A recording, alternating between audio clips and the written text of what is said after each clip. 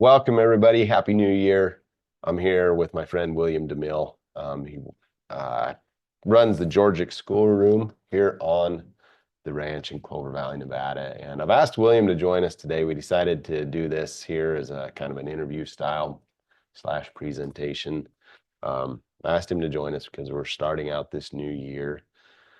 He has a presentation that I've heard him do before, and I thought, this is just a great way to be able to give us a good start for the new year. And so even if you're not listening at this at the beginning of 2025 when we're recording it, I can guarantee it's going to be valuable to you. And so we're titling this "Finding Your Purpose."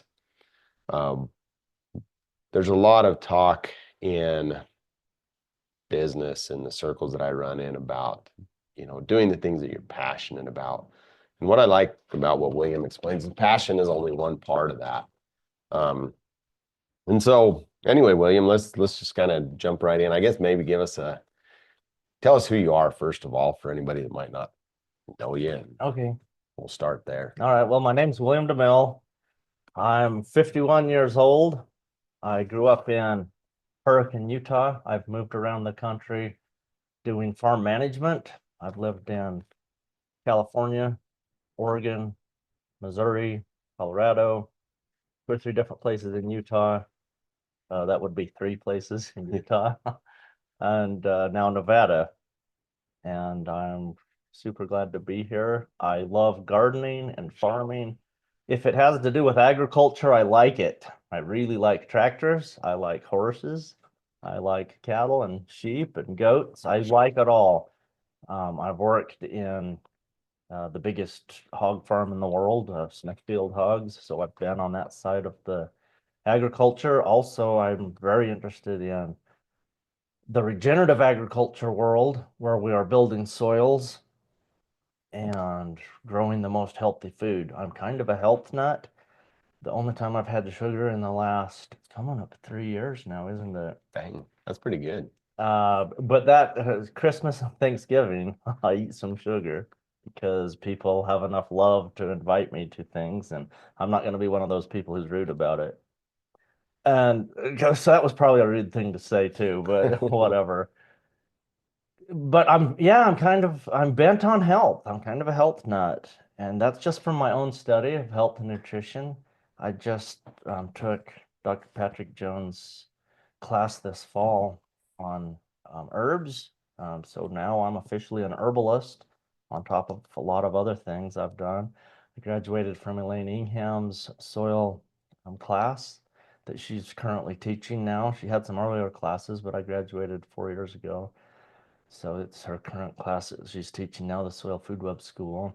So I run a soil laboratory, checking on how to make, whether your soil is going to produce the things that it needs to have fertility in your soil. I created my own business called the Georgic Schoolroom, and we bring people in. Most of them are young people, but any age, any adults are invited to that class. And it's a class we teach here on the ranch, on Jared's ranch. It's 17 weeks long in the summertime, and it's a self-discovery class. We use gardening and other aspects of agriculture to help people understand who they are, to find their life purpose in life. So when Jared asked me this to talk about their life purpose, I'm like, yeah, I could do that. I've been trying to figure out my life purpose my entire life. I don't know. I believe in being a Renaissance man and woman. I think we should have a broad and deep education. So I've been trying to read a lot of books. The last few winters, I've gone through between 42 and 57 books each winter. And I'm probably in the 30s right now this winter. Yeah, So it's impressive. yeah. So while I'm working, I do most of it on Audible. I don't just sit there reading all the time. It would take longer. So I do Audible. I listen. I'm an auditory learner, so that works for me. And it's fascinating. It's beautiful. It's a wonderful thing. I'm also a massage therapist, licensed massage therapist. I'm licensed in Utah. So if you need a massage, we have to find a place in Utah to do it. But I keep my, even though I live in Nevada, I keep that going because I believe in the healing arts. I think it's important. I don't know. Cool. There's a lot more about me, but let's get into this. Yeah, no, that's good. We appreciate the background. And William's been on the ranch for just over 4 years. Yeah. And grows our food, runs a year-round greenhouse that he built, and large scale. And it's been a real blessing to us and to our family to have William and his family be here. So yeah, finding your purpose. I'm the parents of 9 children. You've got some kids. You've mentored a lot of young people. And I think that's kind of a common question. How do we find our purpose? How do we find, and maybe we should define, first of all, what that means. Somebody shared with me the definition of vocation. And I'm not sure if vocation is synonymous with purpose or not. You can tell me, but I really like their definition and I've adopted it. And it goes back to the original, like Webster's 1828 dictionary definition of vocation. And it is that thing that God wants you to do. Not so much a job, not so much even a business. And we love entrepreneurship around here and we foster that. But we think that it needs to be coupled, whether you're go to school to get a job or whether you choose the entrepreneurial path.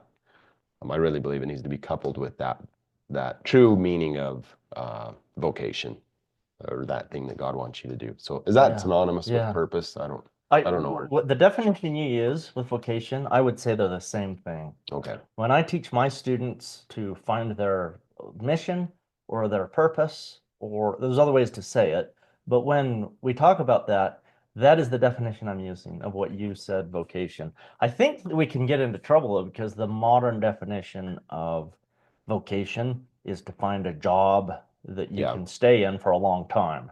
And a lot of people have missed their life purpose by having a job that they stayed in for a long time because they were afraid to do something else. It's always a bad idea if you're making your decisions based on fear. Yeah. That's just never been a good thing. I mean, that goes back forever. That's biblical. We're not supposed to do fearful things. Don't base any decision on fear. We're supposed to base it on thinking it through, faith, belief, hope, service, the positive things, not the negative things. Right. I think every human makes decisions based on fear. And if we really analyze our life closely, we can find that fear or that those decisions we based on fear, we kind of regret those, or we see that it was a mistake, or we see that there was a better way to do it. Mm-hmm. And that's the process of life. So if you've recently made a decision based on fear, it's okay. Just keep going. Yeah. And start making those decisions based on something that is going to get you what you actually want. Perfect. Okay, so we agree on what the meaning of purpose is. It is a God-driven, it is a higher power-driven. In our terms in Ag Steward, we give credit to God as our creator. So we'll use that as our basis. Yeah, for sure. It's something that we're called to do that's higher than us. And so yeah, jump in and tell us, when you mentor these young people, old people, older people, where do you start and how do you help them when they come to you and say, hey, I don't really know what my purpose is. Yeah. So today I'm just gonna run you through the format I have for my Georgic schoolroom class. So remember, the Georgic schoolroom is 4 months, a lot of time in the garden, a lot of time outside. We're not doing that today. What we're going to do today is just to give you the quick overview of how to discover yourself and a little bit of personal development. So it starts, to answer your question, with discovering yourself. Okay. We kind of have to know who we are. I think we're all humans are born wondering why they're here, who they are, what their purpose is, especially when we start hitting challenges. So people come to my class and they are faced with challenge because they're a human. We're all faced with that challenge, but most of our lives are spent with people telling us, ignore the challenge, or face the challenge. Like a good sports coach will say, face your challenges, but we don't really know what that means. We think it means to fight harder. And usually what I see people doing is they get a little bit more selfish. They're frustrated with the selfishness. And in modern times, in the last 100 years, we've heard a lot about people talking about what is your truth? Because if it's your truth, then it's going to be okay. And there could be some truth to what people are saying when they say that. But here's the problem with the modern definition of your truth. This is my personal problem with it because of my observation. People say, well, this is my truth. And what they're really saying, what that translates to is, I'm going to be really selfish. And that's a problem. Yeah. We need to be sacrificing, not being selfish. We need to be serving others. And that is truth. Truth is to love. Truth is to give. Truth is to serve. This modern notion of my truth is a real problem. So we spend time on that for several weeks. I send my students to the garden.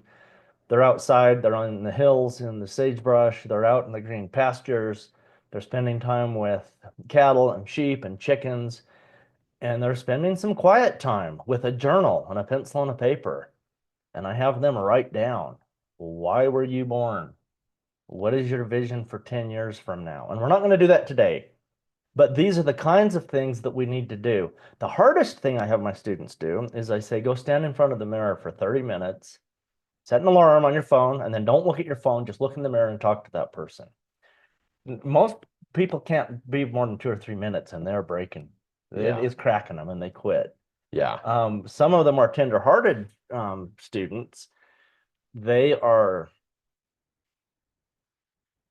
coming out of the bathroom where the window is, or the mirror, with tears. But after a time, they can get to where they can do the 30 minutes if they'll keep doing it, because the hardest conversation we'll ever have is with ourselves. So how do we find our purpose in these things? Because right now it sounds like I'm torturing everybody, right? But it's really not. There's a lot of love that's going on around here. So I just want you to do this activity with me. Grab a pencil and a paper. If you want to pause this to find a pencil and a paper, go ahead. If you're driving on the road, you can do this mentally. But at some point, get a pencil and a paper and make 4 lines on the paper so you have 5 columns. And at the top of each column, you're going to write a word. So in the first column, write down interest. This means your personal interest. What are the things that you are interested in? What do you do when you're not doing anything? What do you think about when you're not thinking about anything? And if you can answer those questions, it helps to bring you to your interests. I'm interested in amphibians. I'm interested in whatever, books, education. I'm interested in teaching. I'm interested in my friends. I'm interested in music. Well, these are the things that you're interested in. And if you don't know what you're interested in, just spend a few minutes. Everybody's interested in something. And there's not a wrong answer to this. Just write down a few things. I try to get my students to write down 5 or 10 things that they're interested in. Just write down some stuff. And this is pretty easy for most people, unless they're dealing with a life crisis or some kind of a trauma. And so if you find it to be hard to fill in these columns, at least the first 3, you might want to talk to a counselor and get some help, because that can be an indicator that you're going through some life trauma. Sure. And life trauma is okay. Everybody goes through trauma. There's nothing wrong with you if you're feeling trauma. So the second column, write down gifts. So these are gifts that you have. Now let me define gift, because there's a specific definition of what I mean. A gift within the context of what we're talking about is you were given something by God. You were born with something, and you haven't had to work super hard at it. Think of Mozart. He's a common person. I think everybody's heard of Mozart. He was writing symphonies as a child, and he was gifted with music.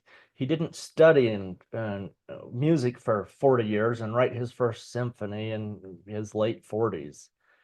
That would be something else. That's not a gift. So a gift is something you're born with, that you have a natural aptitude to, and you're pretty darn good at it. Yeah. And everybody has a gift. Not everybody is aware of it, but everybody has them. So do you find that there's multiple gifts per person? Is it just one main one? It's different, but in the people I've done this with, they've usually have 3 to 7 things on the list Okay. that they feel without asking other people. Yeah. And these are young adults. These are people, 17 to 30 years old that I've mostly done this with, and they're able to write down these things pretty quickly. So, Okay. yeah, I am gifted at this. Okay. So, yeah. The next column would be talents. My definition of talents is something that you're interested in, something you want to do, but you're not necessarily gifted at it. You've had to work at it pretty hard, and then you become really good at it. So talent is something you've worked at, now you're good at it.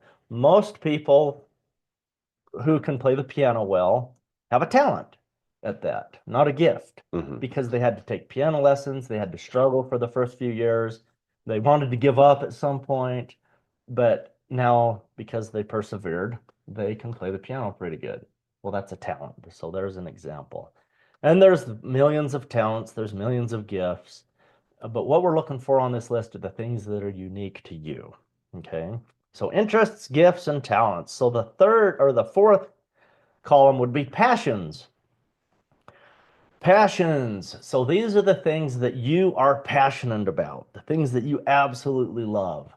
For me, it's gardening, it's greenhouses, it's agriculture, it's driving a tractor. I really like that kind of stuff. I'm very passionate about it.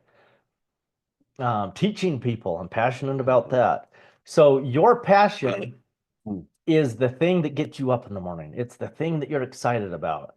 Most children who wake up on Christmas morning are passionate about opening gifts under the Christmas tree. Christmas is just passed, so that analogy is clear in my head right now. Yeah. But you think about, how did you feel on Christmas morning as a young person? How do you feel about it now? Do you have the same passion as you did at some point in your life as you do now? And so you can kind of see passion. Think of a family vacation. Think of maybe a hunting trip or a sports event. Did the days leading up to that, you possibly got more and more excited? If you did, you were probably showing some passion. And then the night before, did you have trouble going to sleep because you were so excited? Because in the morning, we're going to do this thing. So you're setting 3 alarm clocks so you're not going to sleep in because you don't want to miss it. That kind of shows and points toward passion. And then in the morning when you wake up, you're kind of groggy, you're thinking, oh, wow, it's another day. And then the thought of the passion, the thing, the vacation or whatever pops into your mind. And as soon as you think of that, you're wide awake, you're up, you're going, all the sleepiness has fled. That is an indicator that you are passionate about something. So those are the types of things you would write in this column. So the last column is the column of genius. So column number 5 is genius. This column is where you write down the things where you are an absolute genius. This is the hard column. Almost all of my students struggle to see genius within themselves. This usually takes a close family member. It could be a spouse, it could be a child, it could be a parent, a super close friend, a coworker that you're working with on a project for a long time. But usually it's people who are really close to you. You probably have, it's more than a casual friendship usually. It's somebody who's close to you. They can show you what your genius is better than you can understand it yourself, oftentimes. Yeah. Depends where you are in life. If you have a few decades in your adult life, you may have discovered some genius. I find that a lot of times adults struggle to find their genius.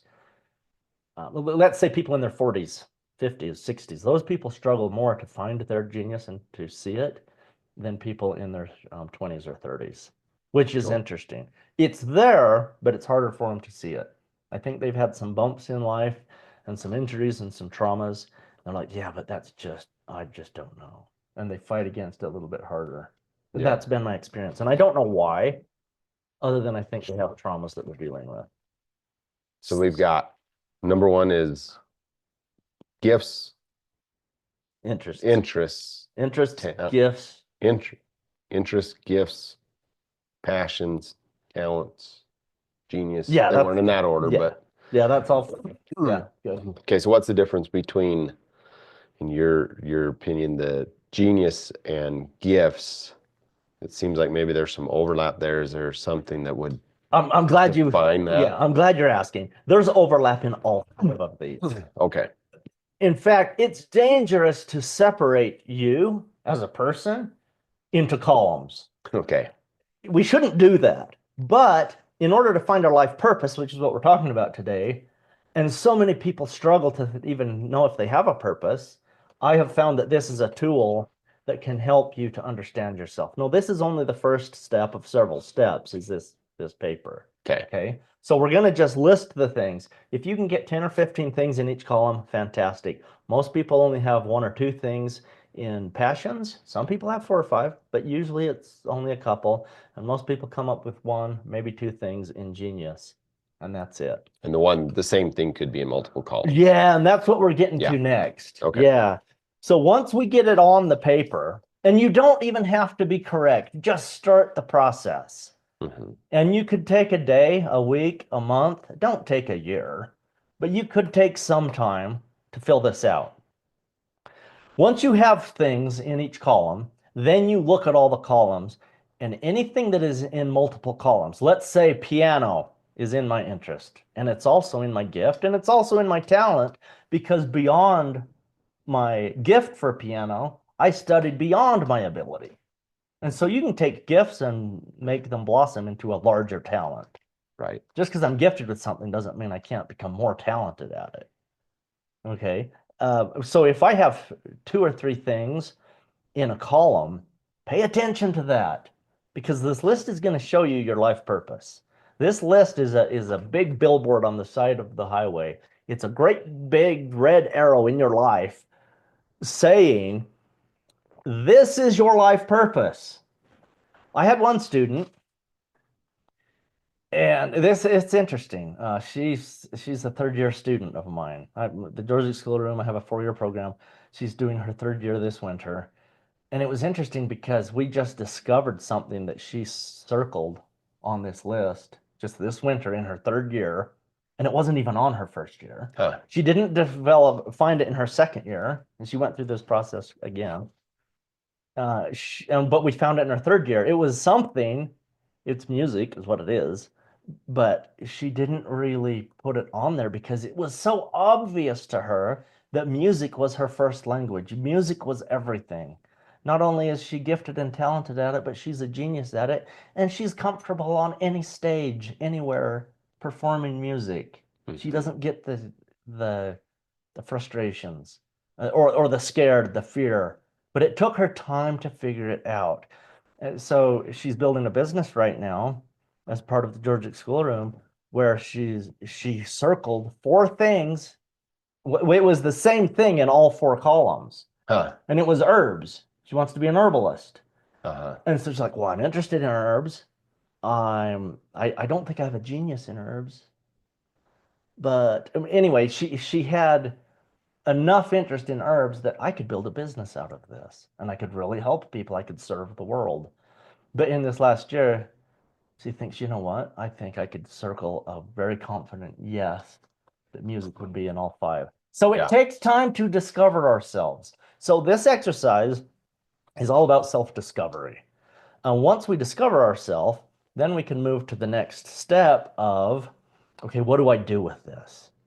So I know that there's something about me that is good, that is fascinating and beautiful, that I love about myself, that I can serve the world with, that other people see goodness in me because I've discovered myself, because of this thing.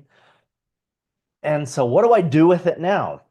Yeah. Let's pause there for just a second. Okay. This is, and then it ties right in. Yeah. But a lot of mentors will say, know yourself. When I went to Bud Williams, who's been one of my greatest mentors, I went to his marketing class. The very first principle he taught was know yourself. And he said, don't commit to do things that you're not willing to do. And that's great. I absolutely believe that. I think that's probably one of my first principles that I teach people too. But I never really knew, like, how do you get to know yourself? That's what this is. That's what this is. Yeah. Okay. Everybody's stuck there. Right. I've read all these books, and a quarter of them are like self-help genre. Yeah. A quarter of them are leadership genre. And people don't really teach it in this way. That's why I started the Georgia School Room, is because everybody's stuck Yeah. in who am I? I like that. Because we do need to know ourselves, but how do you get there? And so this exercise gets us there. So let me just recap really fast. We make the list of 5 columns and we start writing stuff down about ourselves. And then the second thing is we circle any multiples that are in more than one column. And then we look at it. And if we have something in 4 columns, that's a great big giant nuclear bomb exploding, saying, this is your life. This is who you are. Yeah. You have discovered yourself at that point. But now that you've discovered yourself, what are you going to do? Now we have to do something. And so that's where I'm going right now. Okay. Don't leave us hanging. So here's what you're going to do. You're going to do something. It's dangerous to use this word, but I'm going to use the word hate. Okay. I'm not telling anybody to hate anything. We need to do the opposite. We need to love. Love is the answer.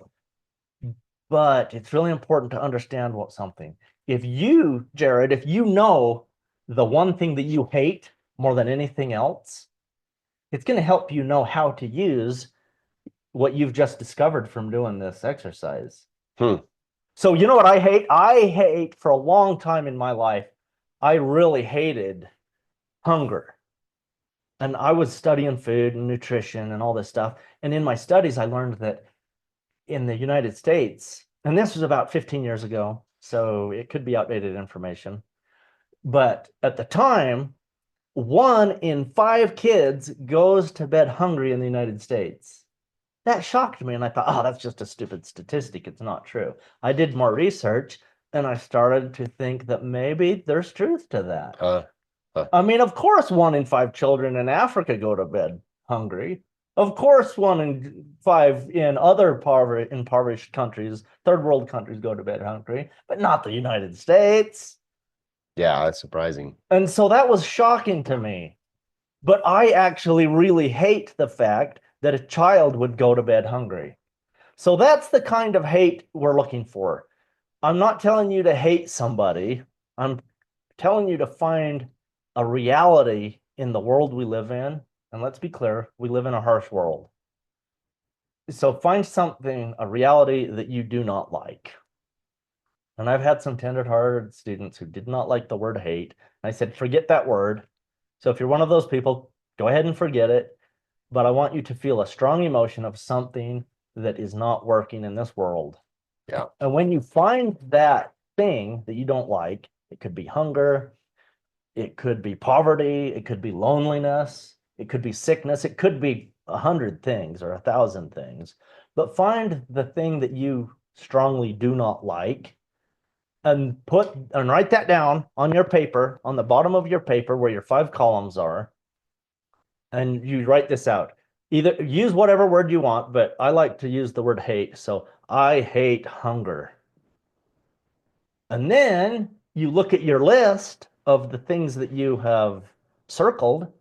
If you have 3 or 4 things that you've circled, then what can you do? Well, if we go to the scriptural reference, the New Testament says, feed the hungry, clothe the naked, liberate the captive, heal the sick. Yeah. I was teaching this to my kids when my kids were small. I had a little boy and he was probably 7 years old. And I was preaching like this to my kids because that's the way we were. Poor little guys. And he said, teach the dumb. And I was thinking, that's right. Teach the dumb. Good for you. But those are the kinds of things that we were born to do in this life. Those are life purposes. They're simple statements that we can actually do. So over the years, I've always felt like one of my missions, my life purpose, my life mission was to feed the hungry. And in recent years, since I've started the Georgia Schoolroom, I've kind of have a different perspective, and I think my mission is to liberate the captive, because that's what I actually do. Yeah. But throughout my whole life, I've been trying to feed the hungry, and people come to the different farms I've had to get food, and they would get the food, and it was pretty good food because we raised it in a really wholesome way. It was good nutrition, and it tasted good, and a lot of good things about it. But they would often say, "Thank you so much," and they had this. The way they thanked us, they weren't thanking us for the food. They were thanking us for hope. Yeah. They were thanking us for things that were a lot more than food. And so that's been interesting to look back at my life and to be able to see that. And that's what we want to do. By doing something that we think is our life purpose, we do our life purpose even if we've picked the wrong thing. See, I think it's been liberating the captive the whole time, but I chose feed the hungry. And by feeding the hungry, I liberated people. And I didn't know that until like the last couple of years. Yeah. Well, I mean, the two tie together so well if you think about Maslow's hierarchy of needs. Yeah. Until your belly's full, you don't have capacity to learn. Yeah. So I see how they're tied together Yeah. for you, and probably for a lot of us as well too. Like, Yeah. well, but what you're saying is that and for each of us, one of our main purposes is going to be one of those things: to feed the hungry, liberate the captive, heal the sick. Yeah. Yeah. Yeah. So along this progression, we have the thing we hate. Now we need to write a statement of who we are and how we're going to fix that problem, which is what I just said. So we're going to feed the hungry. We're going to teach the dumb, whatever it is we're going to do. And we write that down. And then that leads us to the next step of understanding our mission. Okay. So how do I do this? And it's good to write a mission statement or a purpose statement. And this can include how you're going to do the thing. Yeah. So I've known a lot of people. Your wife, Selena, told me one day that she feels like her mission is to feed the hungry. Mm-hmm. And whenever there's an event here, she's cooking these beautiful meals. They taste awesome. They're extremely healthy, from the healthiest ingredients we can find. But it looks totally different than the way I feed the hungry. Mm-hmm. So our missions don't have to look the same. It doesn't look the same. In fact, if you know you're doing your mission really well, if it looks totally different than everybody else with that same mission. And do you find also that there's probably going to be people that will say that'll never work? Oh, all the time. That's a stupid idea. Oh, yeah. Nobody can make a living doing that. Oh, yeah. Okay. That's life. Okay. That's so normal. And do you use that as an indicator that maybe you are on the right track if there's enough people that say, I don't get you, or that's just weird, or that doesn't make sense? Yeah, you're right, Jared. That is an indicator that you're on the right path. But it's not an indicator. I don't know. Somebody, if you're doing this for the right reasons, you're on the right path. That's the most important indicator. Okay. Because you might be doing something, but if you get deep down in your heart enough and you are doing it for selfish reasons, then you probably are on the wrong path. Okay. So, and I see what you're saying, because a lot of times people say, well, I'll do this, but it's so crazy. Yeah. Well, are you doing it because God told you to do it and you know you're being honest? Are you giving up yourself to bless others? That's a better indicator. But for sure, if people are saying, oh, that's dumb, certainly it's an indicator, but I don't think it's the best indicator. Okay. Well, and that's a different subject. It can stop us. And I know personally that when somebody close to us says, hey, that, or questions us, And especially if it's an idea that we don't have the answers to yet, but it's kind of that calling and it's in that incubation state, Yeah. we're pretty vulnerable. And Oh yeah. so my dad, I love him. He's 90 years old. But when I first told him, which was about a decade ago, hey, I feel this call to go teach people.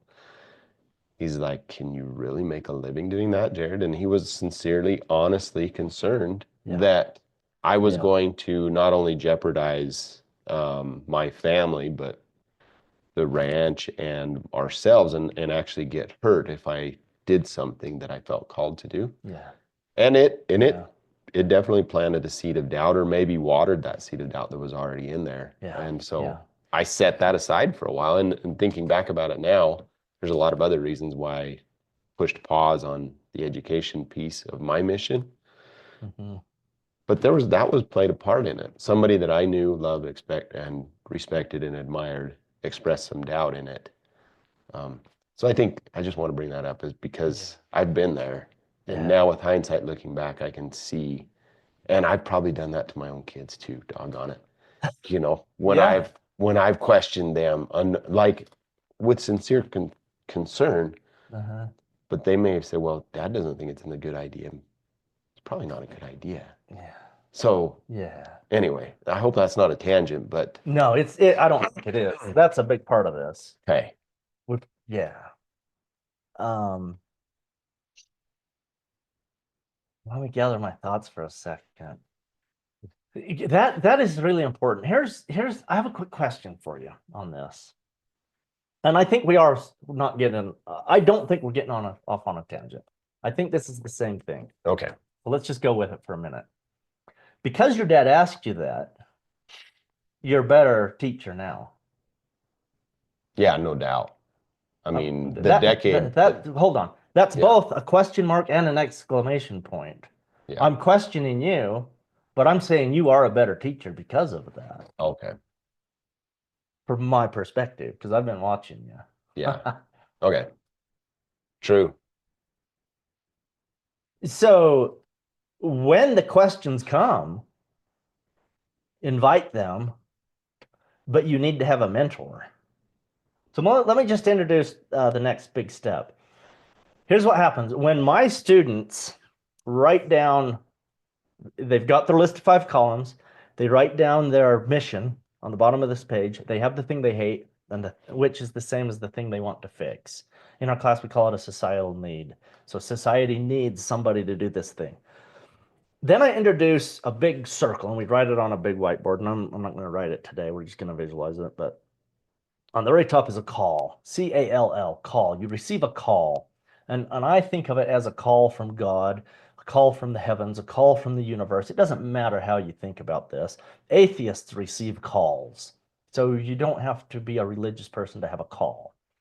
A call is something that happens to us in this life because we want to make life better. We want to do something with our gifts and talents to create a better world. That's a call. And then we have high excitement. So on this circle, the second part down, it's like a clock. It goes in a clockwise circle. So like at the 1 and 2 o'clock position after the call is high excitement. You're excited. Oh my goodness, I can actually do this thing I want to do. It could be a business. It could be a service project. It could be 1,000 different things. But you're going to go do this thing and you're so excited and you're writing up all these plans and you call 5 people and you tell them about it. And the people you call are your best friends, so they're excited. And then you gain some confidence because your friends are excited for you. And then you tell your family and then they say, Jared, can you really make a business of this? Yeah. And so now we're at about the 3 or 3:30, 4 o'clock position on this circle. And you hit a roadblock because the things that people said in your life questioning you, they were right. Mm-hmm. You weren't prepared. Mm-hmm. You didn't see the way forward. You didn't have the money. You didn't have the time. You didn't have everything it took to do the thing. And now you have a choice. Do you go back to the 12 o'clock position where this whole thing started and find a new call? And some people get caught in that loop. They keep finding new calls and they go through excitement of 1 and 2 o'clock. They hit the realities of 3 o'clock, and they hit their big roadblock at 4 o'clock. Mm-hmm. And they're like, oh, I can't move on. I don't have the skill set. I don't have the people. I don't have whatever. Or God must not want me to do this, Y- because yeah, it would be easy if it, yeah, he called me to do this. How Uh-huh. come there's this roadblock? So he's got to be stopping it. exactly. And so at that 4 o'clock position, if you actually received a real, true life purpose, life mission call, you are supposed to go past 4 o'clock, past the roadblock to 5, 6, 7 o'clock, all the way back until it is it's totally complete at 11:59 on that clock. Uh-huh. But you're stuck at 4 o'clock. And I see a lot of people get caught in the loop of they hit the roadblock, they start something new. They hit a roadblock, they start something new over and over. And you can see this in people's lives. And sometimes people do it dozens of times. You see it in the entrepreneurial world a lot. Oh, People try to start a business, it failed. Well, it failed because, and they have 400 excuses. So we can't have success unless we get past the roadblock. So we have to do all we can do at that roadblock. And if we stay there long enough and we are working hard enough, a mentor appears. And the mentor will help you through the roadblock. Okay. The mentor could be God himself. You see that in the scriptures. God shows up and helps people. The mentor could be your family. It could be a business partner. It could be anybody. But they help you through the roadblock. The next thing that happens is you will work. I like that part because I like to work. I like to do things. I like to put in the long hours and create something beautiful. And then you hit another roadblock. And then you're like, oh, I never saw this coming. And something happens and all of your work looks wasted and a lot of people quit right there. And there could be 20 roadblocks.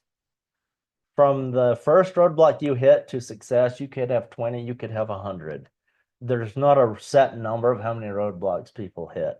But here's the way the pattern works. At some point on this path, you will hit a roadblock that we call a life test. This is a life test roadblock. If you're familiar with the Bible, and I know that a lot of your people are Bible people, they come from that agricultural background, which is pretty awesome. Think of an Abrahamic test. Think of the tests that the prophets went through in the Old Testament. And this is what we call a life test. You will hit something so hard that you're going to have to be willing to give up pretty much everything, in a sense, to do the right thing. This doesn't mean you're going to get a divorce. It doesn't mean you're going to do the wrong thing. Your life test will be asking you to do the right thing, but it will be the hardest thing you've ever done. And it will often look like it's beyond the scope of your purpose, your mission, your business. It's like everything. And so I've never known a person in my life who was asked to give up their family. They were asked to give up other things so that they could bless their family. So it's dangerous to talk about this stuff in a short podcast like this. Right. Yeah. Because we could tie things to this that I'm not saying. So I'm just being really clear. So we're not going to have to sacrifice your firstborn. No, you're not going to kill somebody. Okay. You're not going to break the law.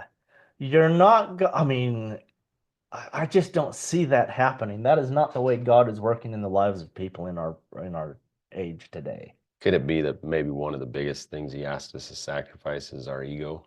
Oh, yeah. Like, yeah.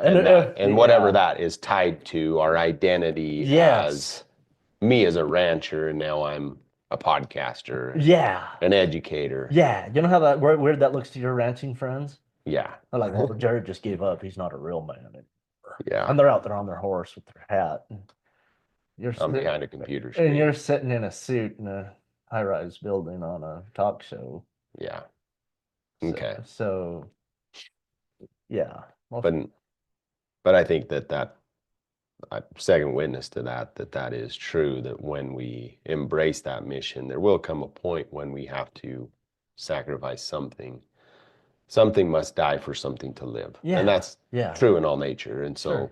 that's what this principle is, right? Uh-huh. Yeah. A lot of times it's sacrificing our old self to embrace a newer self. Yeah. But we see that as like the end of the world threat, and that's what causes us to back away. Yeah. And to go back where it's miserable. Yeah. In the slums, and exactly. When we're so close to the break. Yeah. And this isn't just a fun idea to talk about. This is totally backed up with modern psychology. My wife's a psychology major. She's taking classes right now to further her education. We talk about that stuff a lot. I've read a lot of psychology, and like everything we're talking about right now, we actually think in our mind, we feel in our body and in our head like we are going to die. Yeah. That's what you want, because that's the ego that's going to die.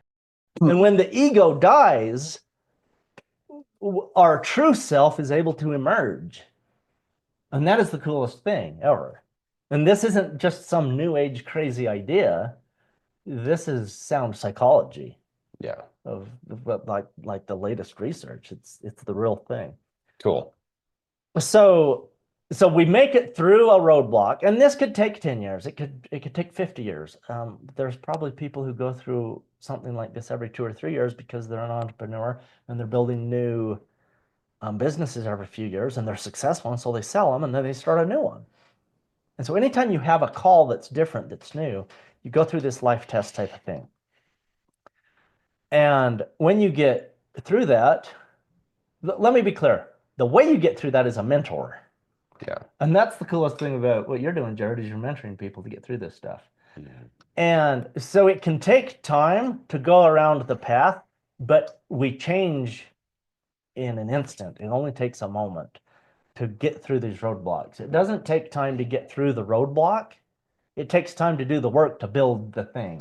It takes time to cook the soup to feed the hungry. It takes time to round up the clothing to clothe the naked, and to do those kinds of services.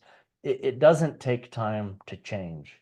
And people always think, oh, it'll take a lifetime for me to change. No, those things happen in an instant, but you need a mentor to point that out to you. And usually the mentor is a living person here on the earth. I call those people living angels, but that might be weird. That's good. But I think it's real.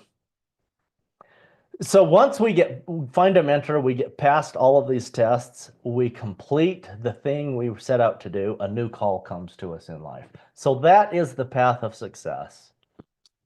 Okay, and we talk about that a lot in our Georgia schoolroom. So let me go through these steps really quick, just to make sure we're on the same page. The first thing is we get a piece of paper, we write our 5 columns, and then we fill it out as honest as we can. And we learn a little bit about who we are. And that leads us to finding the things that are on that list that are the same. So maybe like piano we circle that in all 5 columns. And if we do, then you need to pursue being a piano. It's not just a hobby. It is something you're supposed to bless the world with. And if you have circled 3 things on that list, that's enough. Yeah. That's pointing you to your life purpose. So go bless the world with that. And then people are stuck and they get to this point where, well, so what do I do?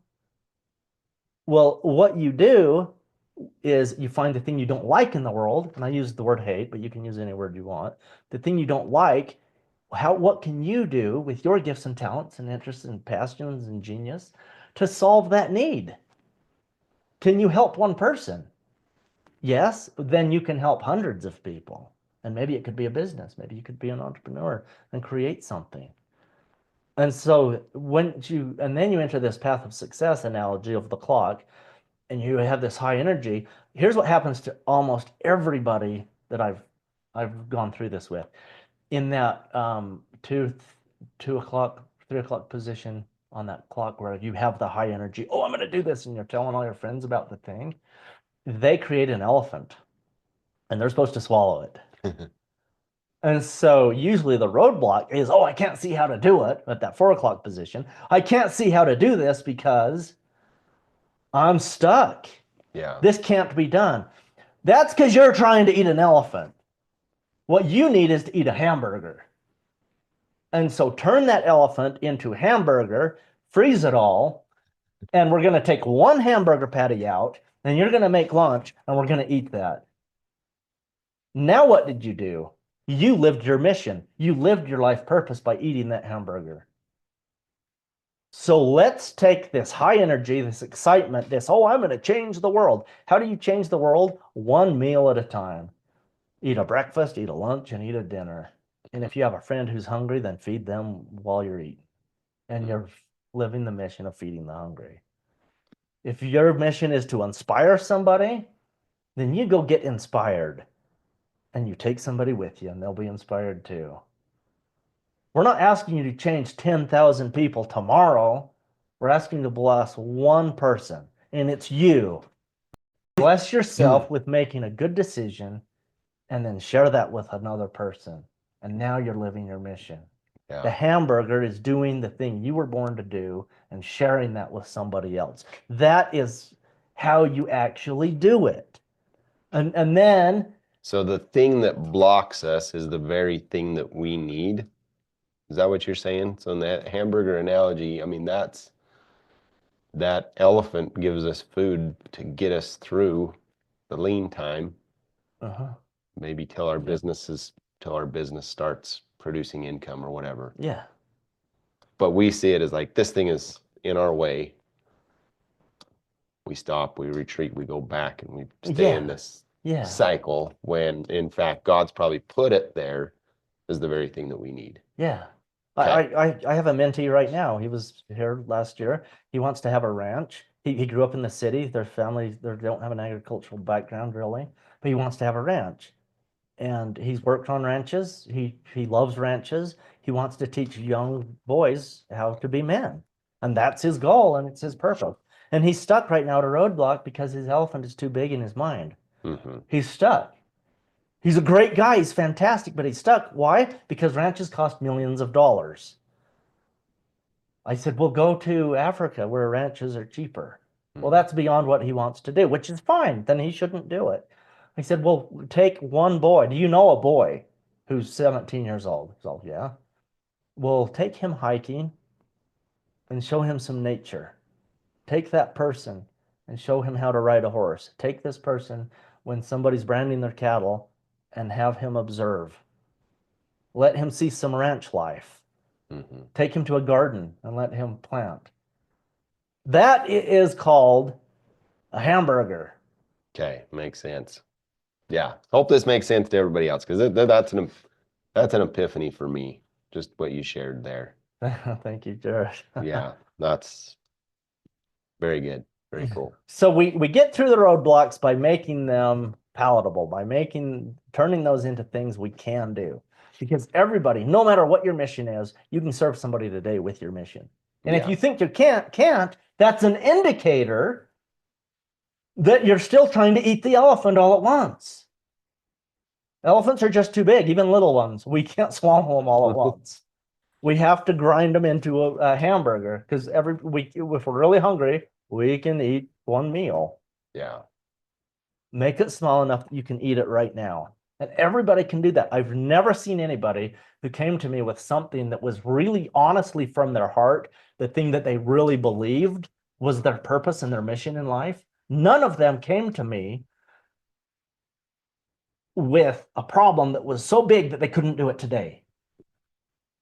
Yeah, my friend who wants the ranch, he can't buy a ranch today. Even if he had $40 million, he couldn't buy one today. It takes time to buy a ranch. The quickest, it's a few weeks to go through all the legal paperwork. That's not what we're talking about. But he can find a young man today and be a light and an inspiration, because he doesn't really want a ranch. He wants to be a light and an inspiration to young men. Yeah. In today's world. That's his real mission. His mission isn't to own a ranch. The ranch is the vehicle to bless the lives of young men. Makes sense. So and that's the value of having a mentor. Yeah. Because we get stuck seeing this roadblock, and that's all we can see. The mentor, in a way, kind of maybe puts us on his shoulders and say, hey, from up here, you can see over that. See, Yeah. yeah, Yep. there's, Yeah. okay, Yeah. cool. Okay, so the next and last thing is after you've done this, depending on the nature of your life purpose, maybe you repeat this 20 times and you build 20 organizations in your life. Maybe you do it once and you're building one thing that you do. It just depends on the nature of your life purpose. But at some point, you become a mentor to others. And this is kind of the last step. Once you have had some success, other people will need your wisdom. And so you pass on your wisdom to them. And so you become a mentor to other people and you bless other people's lives. And that's a whole nother seminar on how to be a mentor to others. But I didn't want to just leave that hanging out there. That's pretty much the last step of finding your purpose, because you really haven't found your purpose if you haven't become a mentor to others. You may have found the path and you're on the path and you're traveling the path. You may even have success that we could measure in dollars, in lives saved, in people rehabilitated.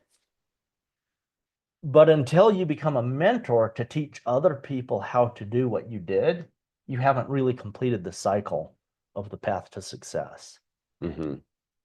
Yeah, that's good. Maybe without going into the how to mentor, let's talk about it more from the mentee standpoint. And coaching is a huge industry, billion-dollar, multi-billion-dollar industry now. You can get a coach for just about anything. In your mind, is it a coach and a mentor synonymous, or what's the difference? And maybe I'll help. Yeah, I'm thinking of that. I'll help you out here. What I see is that I can't coach my daughter in basketball, but I can be a mentor to her in having a correct mindset. Like, I can't teach her a jump shot or the skills because I'm not skilled in basketball, but I can be a mentor to her so that when she goes and does the hard work and listens to her coach, it's going to go further. So maybe that's, in my mind, the difference between a coach and a mentor. What do you? I don't know. You're on the right track, Jared. What do you think? Anything to add to that? The difference? And I would say that a coach helps you have skills to do things, and a mentor helps you through life so that you can become something. Okay. That would be the doing difference. Versus becoming. Yeah. I like that. That's because if we're going to fulfill a life purpose, the way we've defined it here, the way you defined vocation earlier, then we need to become something. We don't want to just do a bunch of stuff. Yeah. We want to become the person, who changes the life. And certainly having skills changes lives, but there's a level to it. You can stop at skills and hit a ceiling, but you never stop becoming. Yeah, that's profound. So when you realize, when you bump into that elephant and you're like, oh, William told me this was going to happen. Now I need a mentor. Where, the adage is the mentor will appear. How do we know if it's the mentor, not the mailman that's ringing at our door? And how do we know if it's, what are the characteristics, qualities that a good mentor would have if we're at that point where we realize, hey, we need it. Maybe we're praying for it. Yeah. This is the beautiful part. This is the part where it's going to be unique for every person. And I would say that if there was any coach out there, any life coach, anybody saying, oh, here's how you know, that's a red flag for me, because I don't know that there is a way to know. What we are on is a journey, and we call that life. And you're just going to have to go through some experiences. If you find a mentor and they're really resonating with you and helping you, then go with it. If you find a mentor and it's just not working, then they're not your mentor. Yeah. So you're going to have some experiences. You might go through some people. You know, you may think, okay, here's a great person. It looks like they have a lot to offer. Once you learn what they have to teach you, they were probably a great mentor. That could have been 10-minute conversation. It could have been a 10-year relationship. Mhm. Well, they could both have been valuable mentors for that duration of time. But don't get hung up thinking that there's one mentor. Most people who have become great had a lot of mentors through their life and for different things. Yeah. A moral life mentor, a business mentor on how to run the business, a skills mentor on how to do the right thing at the right time, the technical ways of, doing the thing you do. Right. So there's a lot of different kinds of mentors. Quite often, I think people should have 2 or 3 mentors at the same time. Mhm. And that would be a good thing for people to have.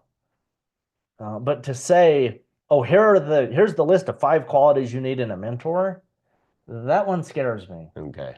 because this is such an individual thing to you that, you know, Yeah. The one rule of thumb that I do encourage people is whether it's coach, mentor, consultant, if they don't ask you enough questions to get to know you in some ways even better than you know yourself, they're probably not necessarily a good mentor for you. In that, I agree. uh, for example, on the soil health side, if somebody says, hey, I'm not growing, hey, my tomatoes won't grow, are you going to say, well, duh, they just need a little more phosphorus, you dummy? But if you're a phosphorus salesman, that's going to be what you're going to prescribe. Yeah. And so I think that's what I encourage our clients and the people that listen to yeah, it's great. If you need phosphorus, go to the phosphorus salesman. Say, I need phosphorus. But if you don't know what you need, go to William and he's going to ask you a dozen questions and dig deeper and find out at the root level what's going on, and then you'll Yeah. be able to diagnose. Yeah. Let me continue that analogy for a second. Somebody calls me with my soil lab and says, my tomatoes won't grow. What do I need? I run a soil sample for them and I can tell them what's happening in their soil. But I'm not going to ask them anything about tomatoes or soil or their farm until I've asked about 10 other questions first. And here's the questions I would ask. And it's not a set 10 questions. I would just start a conversation and I would say, Jared, why are you growing tomatoes? And if you say you don't know, why are we talking about soil? Because if you're not supposed to be a tomato farmer, you'll never be successful at it. Yeah. What a good question. Why are you doing that? What I mean, I know a lot of your people who are listening to this are in, bigger agriculture, cattle and crops and so forth. Why are you raising cattle? Yeah. I mean, why? And you need to be able to answer that. I'm certainly glad that you are. Don't take me wrong. We need more people raising cattle in this world. Yeah. Cattle are the salvation of the ecology with a really good steward who understands the land. We need the composting vat of the rumen of the cattle to regenerate the land. That's what this whole thing is about. But if you are raising cattle because your grandpa said, well, I'm not going to lose this ranch on my watch. And then your dad said, I'm not losing it on my watch. And then you were born to be a concert pianist and you're still saying, I'm not losing this ranch on my watch. Wait a minute. You were not born to be a cattle rancher. You were born to be a concert pianist. And you will never be the rancher you're supposed to be if you're not performing your piano. Yeah. So find out who you are and then go do what God sent you on earth to do. Let me just share one more thing that I share with my students at this point. I'm going to have to ask a question, and I'm going to be silent for a second, Okay. and then we're going to answer it here. What does God do to solve the big problems of the world? Now think for a second. Here's the answer that I tell my students. And with all the books I've read and all the education that I've accumulated, I think I have a really good answer. God sends a baby when he wants massive change to happen in the world. You look at the biggest changes that have happened. God didn't come down with all these crazy things that people do to make changes. He didn't change universities. He didn't change politics. He didn't create a war. He didn't do any of that stuff. Those are things that people do. A baby was born. Yeah. He sent a baby. And in our culture, this is a terrible truth, but I'm going to tell you, in our culture, we don't listen to women as much as we should have. I mean, look at the 3,000 years of history that we can read, and there's not a lot written by women or about women or women's thoughts. But when a baby is born with a mission, the mother usually knows it. We need to be listening to the mothers of the babies who are bearing those children. This is biblical. Look at the story of Mary. Yeah. She knew she was carrying the Christ child. And he came and he saved us all. The biggest change, the biggest gift the world has ever had. Moses also. Yeah. Name the prophets. Yeah. And a lot of things. And their mother had an integral role in. Yeah, that's interesting. And I think there's a lot of mothers today, probably a lot listening to this podcast right now, and you know that your kids were born for something. You may not know what, and a lot of mothers probably don't know exactly what. I don't think Mary knew exactly what or understood what the angels had told her. Yeah. But I certainly know that there's mothers alive today who know that their babies are born for a really fantastic thing. But they don't talk about it because they're punished if they open their mouth. Yeah. Huh. So let's start being kind to each other and know that we were born for something. Because we were. If you were a baby, you were born for something. You were born for a purpose. And I've walked you through the way to figure out your purpose today. And everybody who's put real intent into this, it's blessed their life. Thanks for having me, Jared. Appreciate it. That's really good. I think, this is a longer than average podcast for us, but I'm grateful that you've stuck it out. Because it's not recorded in front of a live audience, can I just do some rapid fire questions that maybe our audience might be asking or should be asking? Yeah, so you rapid fire, and I will do my best to keep my answers short because I struggle with that. Okay. All right. No, this has been really great, William. I think this is needed in any era at any time. But you mentioned women, and women have roles and responsibilities of bearing children. And I know that some women struggle when you tell them this, but they're like, but my mission is just to raise children. So this doesn't apply to me. What would be your answer to them if a person were to ask you that? Now, boy, my rapid fire back to that woman is, you just told me your mission. It's to raise children. Okay. That's the mission. That's fantastic. But what if they feel, well, okay, maybe let me expand on that. What if they feel like, okay, they do this and raising children and it's part of it, but yet they feel called to feed the hungry, or they feel called to do something else that's more entrepreneurial minded that might seem like it's taking away from their family to fulfill that? Forget everything the world's telling you and have your kids be your business partners. Okay. Include them. And you're going to have to forget what the world tells you, because the modern world today will be a voice totally against that. But my voice is giving you permission, saying do that, because if that's your call, then your children will be some of your biggest assets. Cool. And you're not turning them into slaves. Don't come at me with that. Sure. Your kids are going to get a fantastic education because you're doing that thing. That's my quick answer. Okay. I like that. One of the biggest challenges for me personally is the time. Like when we're already so busy, like when do I have time to do this? We're so busy with what we're currently doing with it could be a job or it could be running a business. What would you say to that? To overcome the busyness, I guess. It's just a temptation to believe that voice. If God gave you a call, and I believe he gave every human a call, if God gave you a call, then simply understand that if you feel too busy, that's a temptation. So don't be too busy. Okay.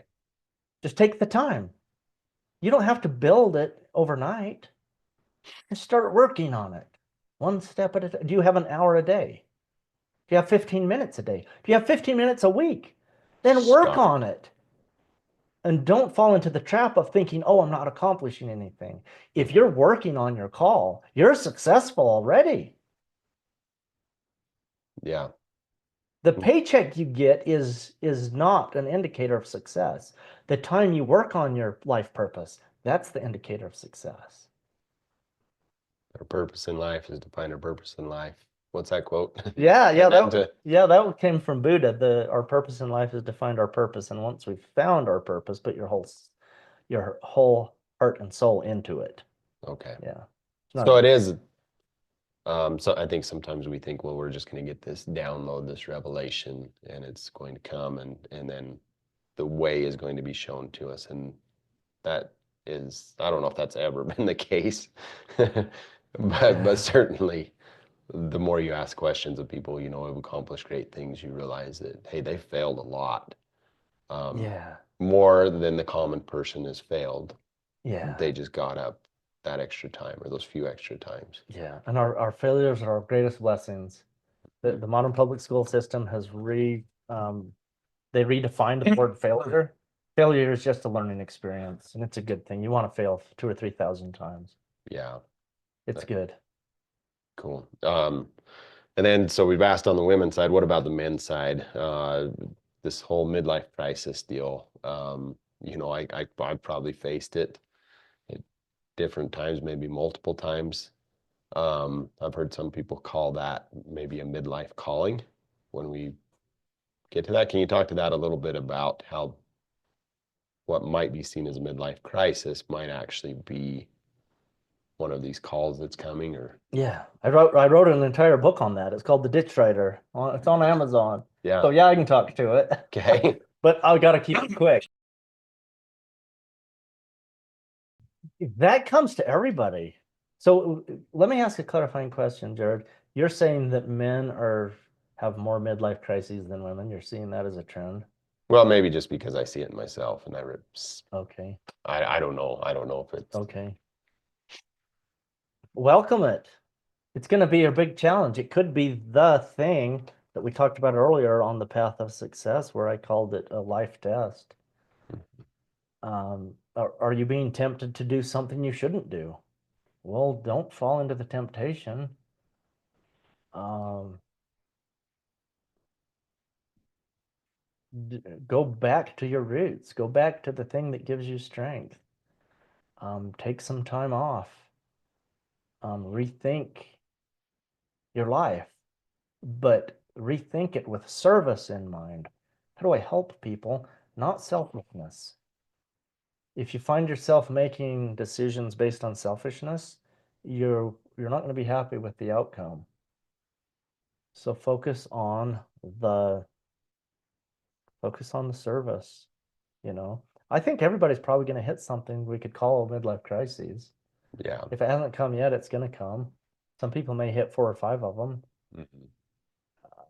But you just keep doing the same thing. Follow the truth. Follow what you know is right. A good skill to learn early in life, the earlier the better, is to know the difference between truth and false, good and bad, right and wrong. And always choose the good, the right. Those are the things you're looking for in your path forward. Choose that truth. Yeah. So that helps us through those really hard tests of life. That's good. Probably the last question I have, and then we'll do a quick wrap up, but how do we monetize our mission? That's 5 more podcasts. You monetize your mission if you're supposed to. Okay. Some missions, some life purpose, probably are not supposed to be monetized. Some life purposes and missions should be monetized. So how do we do it? Go back to your statement of what you hate. Look at it. I hate people being hungry. Can I sell food to people? Okay, who's going to buy the food? And then you just start a business. You just make an entrepreneurial business plan out of it. And along the way, you'll, of necessity, learn the skills that you need. Maybe you'll have the mentor, but you'll also need the coaches to gain the skills, programs, things that will help you so that you can be successful. But what I love about this approach is that it's a pull rather than a push. The education system is a push you into something that maybe you don't really want to do. This is you recognize your mission, and that mission is pulling you forward. And then when you go and you learn those skills, those stupid things that they tell you in high school, that, hey, you're going to need this someday. It'll be like, oh, I need this today. It makes sense. It clicks. You learn it. You internalize it. And the skills come a lot quicker once you're clear on what your mission is. Yeah, I love the way you teach that. It's so beautiful. It's not a push. Yeah. If anything I've said today on this podcast pushed anybody, you first of all, sorry. Second of all, why did you feel it was a push? Have you been pushed by everything you've heard? And that's a bad place to be. You need to find something that pulls you, and that's why we have the list of the 5 columns. It's supposed to be pulling you.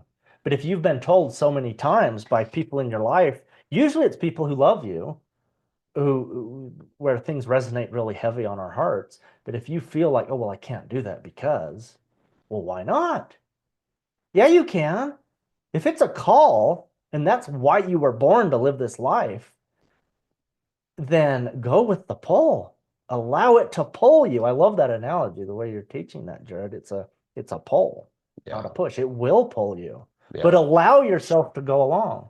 Have you ever tied up a calf or a colt or any livestock? First time they're tied up, they're pulling away. And some of them will choke themselves and hurt themselves because they're pulling so hard. Pulling is not a good thing. Yeah. In that sense. Yep. You know, but once they are halter broke and you can lead them, let your life mission lead you. Let God lead you into this thing. And so instead of being pushed, have you ever tried to load a colt onto a horse trailer that's never seen a horse trailer and they're really scared? They don't want to get in, but you have to get them in because you're on a time schedule. There's some pushing that goes on to get them in there. Yeah. But it's so nice to have one that's broke and they know what they're doing. You open the door of the horse trailer and they just jump right in. That's what you want, and that's how we are in our lives. Are we being pushed by something, forcing us to do something because it's on their time schedule? Or are we being led with love and kindness to something better, and we're willing to follow? Yeah. And it is pulling us gently and kindly. Yeah, good explanation. I appreciate that. So, William, you've got ways that people can get a hold of you, things that you do, like your 17-week class. Yeah. And other ways. What's if our listeners want to learn more from you, whether that's on the soil health side or the hands-on, what's the best way for them to connect with you? Yeah, it's through my website. All my information's on my website. So that's www.georgicrevolution.com. GEORGIC revolution.com. Okay, perfect. So that's that's where I'm at. Check that out. We'll put the link to it here, and we appreciate it, William. It's been awesome. We hope that this has served you. We hope that you can share this with others, especially this younger generation. But I say that, I mean, I need it as much as anybody. Yeah. You know, it's not just for the younger, but what if we'd had, you know, somebody who showed up at that critical time in our life, and no doubt I did. Maybe they didn't have the skills to be the mentor that I needed, and maybe I wasn't ready until I was in my 40s and 50s. Yeah. To be able to ask them the right questions. Right. Because Yeah. We needed that. That's why I created the Georgic schoolroom. I created the class I needed when I was in my 20s. Yeah. Yeah, and that's very true for Ag Steward. This is the program that I needed when I took over management of the ranch in That's right. my early 20s. That's right. And so it's an honor to be able to serve you. Thanks, William, for being here with us today. Thank you.